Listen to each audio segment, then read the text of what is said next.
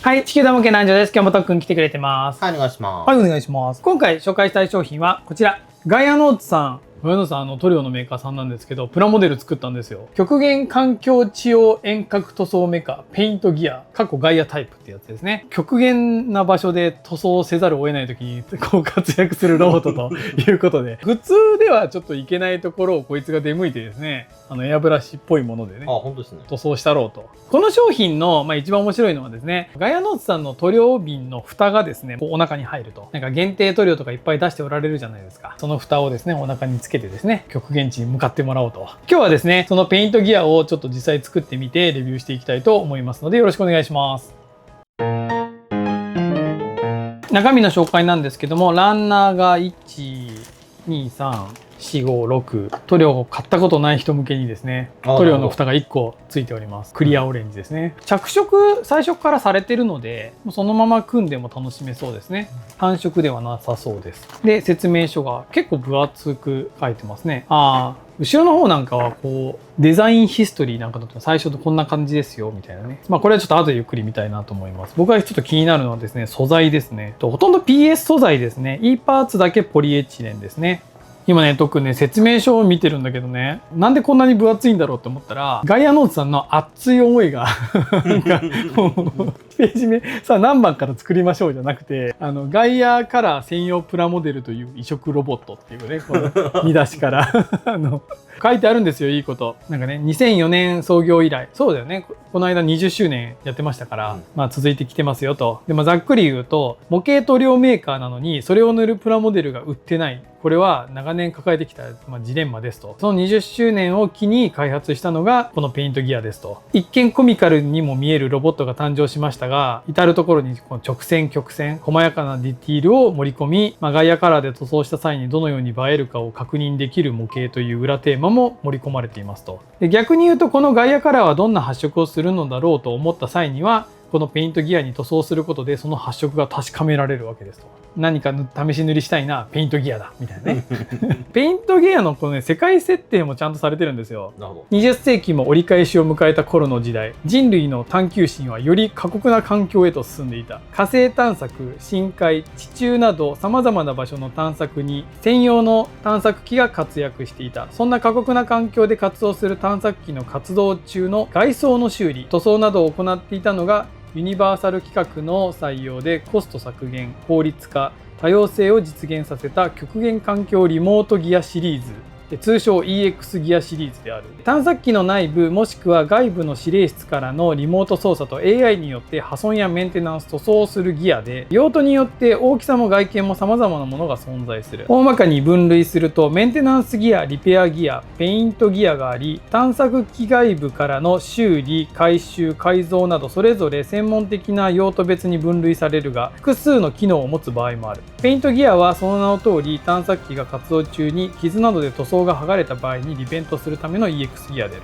ペイントギア、ガイアタイプはロボット工学の分野で日本をリードしているムーンスコア社が開発した汎用性を重視した人型のペインティングギアで、極限環境下だけでなく高層ビルや水力発電のプロペラなどの塗装もできるようになっている。塗装メーカーガイアノーツ社のプラモデル用塗料シリーズガイアカラーの蓋のようなものを中央に配置しているが、これは交換型のバッテリーである。ガイアノーツ社と共同で特殊塗料を開発した経緯があり、ガイアカラーの蓋の形そのものをバッテリーとした。最新型で高効率大容量のフッ化物イオン電池バッテリーは装着したまま充電もできるし、長時間の作業が続く場合はバッテリーを交換することですぐに作業ができるようになっている。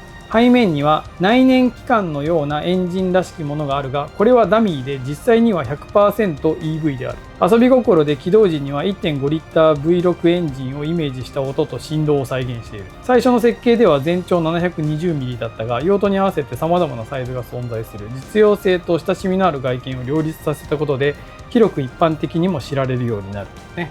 だからガイアノーツさんはいろんな場所で塗料開発して頑張ってるっていう未来を我が社はこういう未来を描くだろうと。むちゃくちゃ遊び心あるわ超楽しい。でこっちの方ですね、もうモデラーさんに実際作ってもらってますよっていう、その朝食割合まで書いてくれてる。で6ページ目からだから模型って感じですねはい。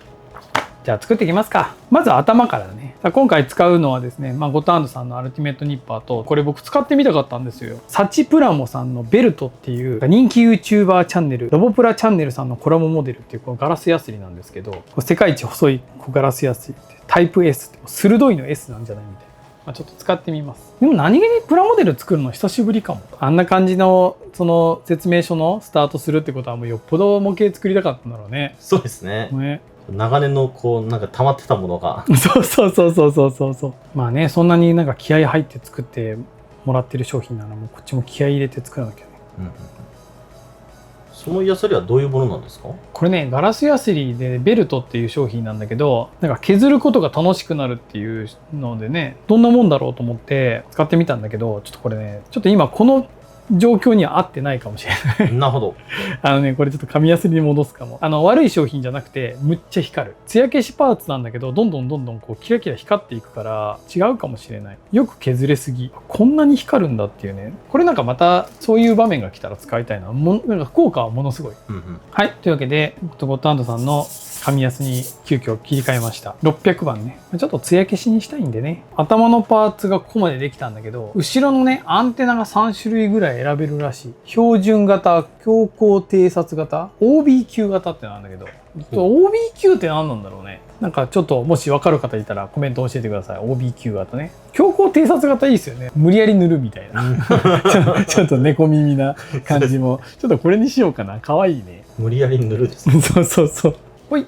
これで完成です。最初にストーリーでも読んどいてよかったね。こいつは戦うロボットじゃないんだっていうね。塗装しに行くやつだからね。ペイントギアデザインヒストリーですね。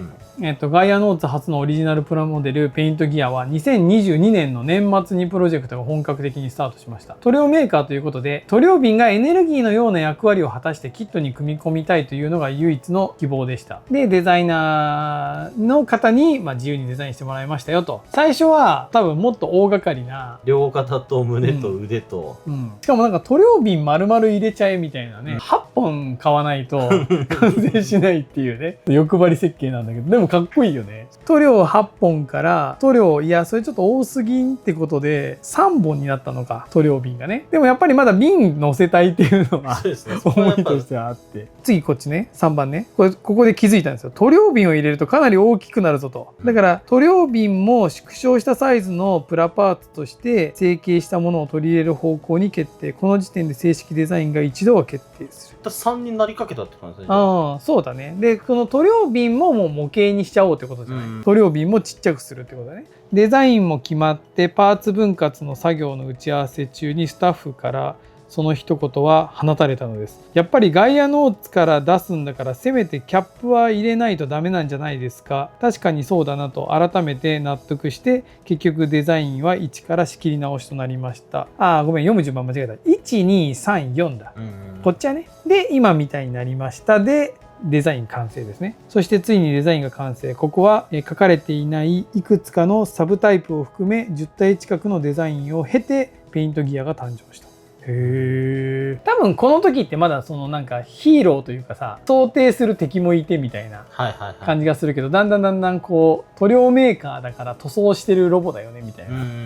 しかもさ、これ完成させたら僕新色買ったりとか限定カラー取ったらさ、その塗装してさ横に置きたいなって思うもん。いや素材が違うこれ。